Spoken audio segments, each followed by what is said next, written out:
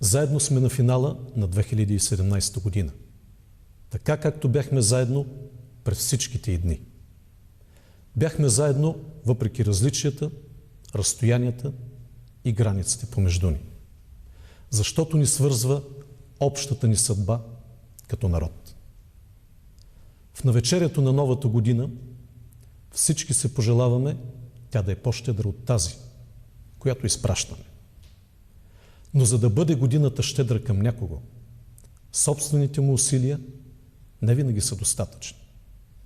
Трябва някой друг да му посвети внимание, време и разбиране.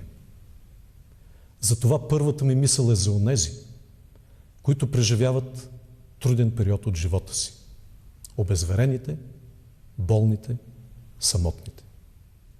За тези, чието близки са далеч зад граница. И за хилядите бедни българи, които днес се борят за оцеляване. Всяка стъпка към тях възвръща част от достойнството ни като общество. Благодаря на всички, които през 2017 година се бореха за една по-добра България. Изминалата година донесе надежди, но не и прелом. Истината, справедливостта и законността остават несбъднати очаквания. Новата година ще е изпитание за българската демокрация. Вярвам, че ще намерим мъдрост и характер да я съхраним. Всеки от нас свързва смяната на годините с добри намерения, надежди и заричания. Те често угасват още през януари. Успехът остава редом с тези, които не жалят сили през цялата година.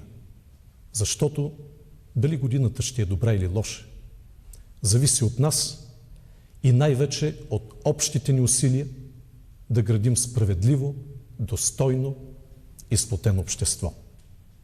А за това са нужни разум, воля и морал. Нека през 2018 година бъдем към себе си поне толкова взискателни, колкото сме към другите.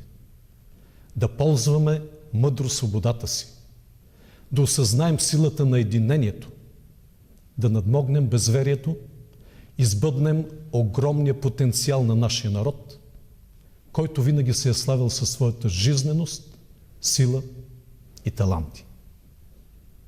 Нека бъдем здрави и нека новата година донесе радост, любов и благоденствие в домовете ни. Честита нова година! Благоденственно и мирное житие, здравие же и спасение,